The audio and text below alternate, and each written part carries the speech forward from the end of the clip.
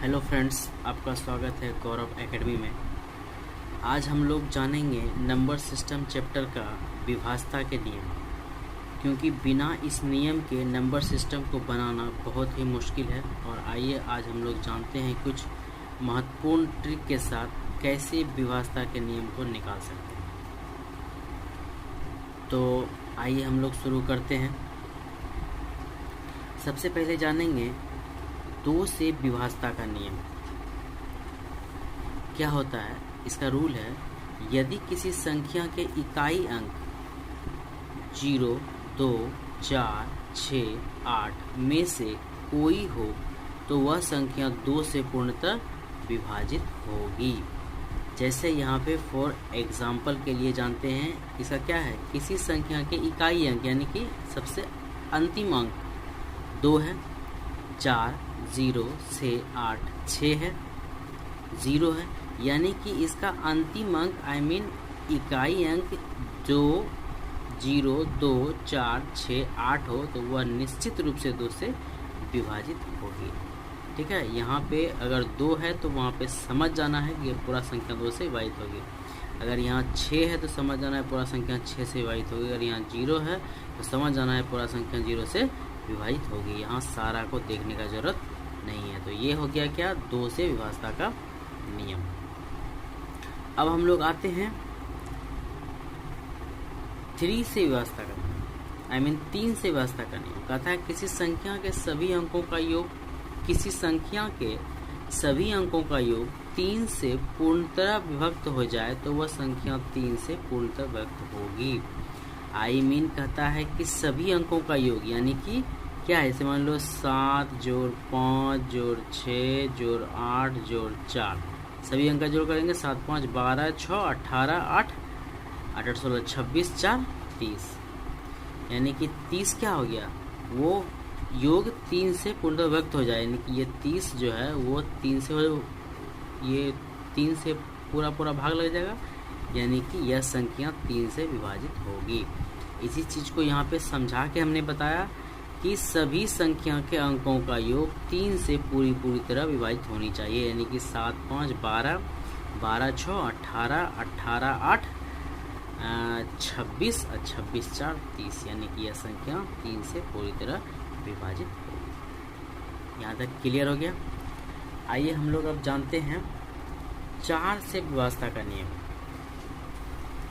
4 से विभाज्यता का क्या नियम है, किसी संख्या के अंतिम 2 अंक, अब देखो यहाँ क्या है, किसी संख्या के अंतिम 2 अंक यदि 4 से विभाजित हो तो वह निश्चित रूप से 4 से विभक्त होगी। अंतिम 2 अंक यानी कि ये पूरा संख्या अंतिम 2 कितना है, 32, इसका अंतिम 2 कितना है, 54, तो क्या 32 4 से है विभाजित, यस 32 4 से विभाजित, 8 चौक 32, यानी कि ये पूरा संख्या 4 से निश्चित रूप से भाग लगेगी। इस तरह 54, क्या यह 4 से है विभाजित, तो 54 में 4 से भाग दीजिए, देखिए 4 का 4 हुआ 1, 14, यानी कि ये संख्या निश्चित रूप से 4 से विभक्त नहीं होगी, क्योंकि कहता है कि किसी संख्या के अंतिम 2 अंक यदि 4 से विभाजित हो तो निश्चित रूप से वह 4 से विभक्त होगी। यहाँ तक हो गया क्लियर। आइए आते हैं 5 से विभाज्यता का नियम। कहता है संख्या के इकाई अंक या अंतिम अंक 0 या 5 से हो तो वह निश्चित रूप से 5 से विभक्त होगी। ये तो बहुत आसान है कि या तो अंतिम अंक इसका 5 हो या अंतिम अंक 0 हो तो वह 5 से निश्चित रूप से विभक्त होगी। यहाँ तक हो गया साहब। अब आते हैं नेक्स्ट है 6 से विभाज्यता का नियम। इसका बहुत ही आसान रूल है कि वैसी संख्या जो 3 और 2 के नियमों को फॉलो करती है वह निश्चित रूप से 6 से विभक्त होगी। इसीलिए मैंने यहाँ समझने के लिए 3 गुना 2 लिखा है, 3 × 2। यहाँ तक हो गया क्लियर है। अब आते हैं 7 से विभाज्यता का नियम। 7 से विभाज्यता के नियम में कहता है संख्या के इकाई अंक या अंतिम अंक को छोड़कर शेष बची संख्या में इकाई अंक का दुगना करके घटा देने के बाद बची संख्या से 7 से विभक्त होने पर वह निश्चित रूप से 7 से विभक्त हो गया। आइए इसको एग्जाम्पल के द्वारा समझते हैं।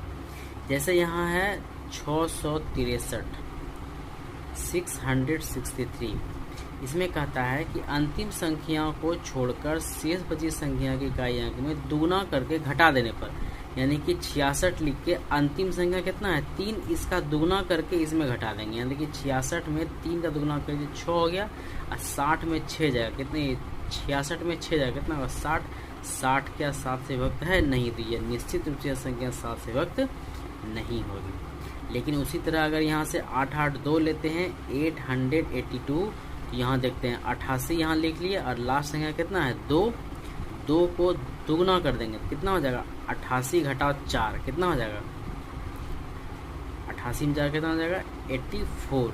क्या यह 7 से विभक्त होगी? बरसते 84, यानी कि निश्चित रूप से यह संख्या 7 से विभक्त होगी। ये हो गया 7 से विभाज्यता का नियम। अब आते हैं 8 से विभाज्यता का नियम। 8 से विभाज्यता का नियम कहता है अंतिम 3 संख्या 8 से विभक्त होनी चाहिए। ये तो बहुत ही आसान है। अंतिम 3 संख्या यानी कि 416 में 8 से भाग दो, क्या यह 416 में 8 से निश्चित रूप से भाग हो रहा है? तो देखते हैं, 416 में 8 से भाग देते हैं, 8 पंचे 40 उतरा 1, 8 दूनी 16, यानी कि यह निश्चित रूप से पूरी संख्या 8 से विभक्त होगी। अब आते हैं 9 से विभाज्यता का नियम। कहता है 9 से विभाज्यता के नियम में सभी अंकों का योग 9 से पूर्णतः विभक्त हो। सभी अंकों का ये यानी कि 7, 5, 4, 6, 2, 3 सभी अंकों का योग यदि 9 से पूर्णतः विभक्त हो जाएगी तो यह निश्चित रूप से 9 से विभक्त हो जाती है। 7, 5, 12, 12, 4, 16, 16, 6, 22, 22, 2, 24, 3, 27। 27 का 9 से विभक्त है, यस, यानी कि 3 हो जाए, यानी कि निश्चित रूप से 9 से विभाजित है। अब आते हैं लास्ट 11 से विभाज्यता का नियम। 11 से विभाज्यता का नियम में सिर्फ एक चीज याद रखना है कि अल्टरनेट संख्या, एक अंक के बाद एक अंक है ना, इसको आप इंग्लिश में बोल सकते हैं अल्टरनेट संख्या। I mean, इसको समझते हैं ट्रिक से।